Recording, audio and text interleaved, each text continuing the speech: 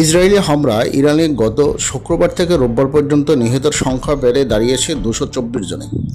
দেশটির স্বাস্থ্য মন্ত্রণালয় জানিয়েছে হামলা আরও 1277 জন আহত হয়েছেন।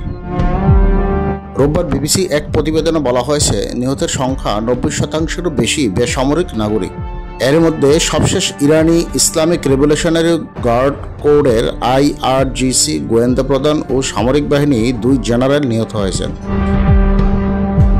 শুক্রবার ভোরে ইরানের তেহরানে কয়েকটি ধাপে প্রথমে হামলা চালায় ইসরায়েল।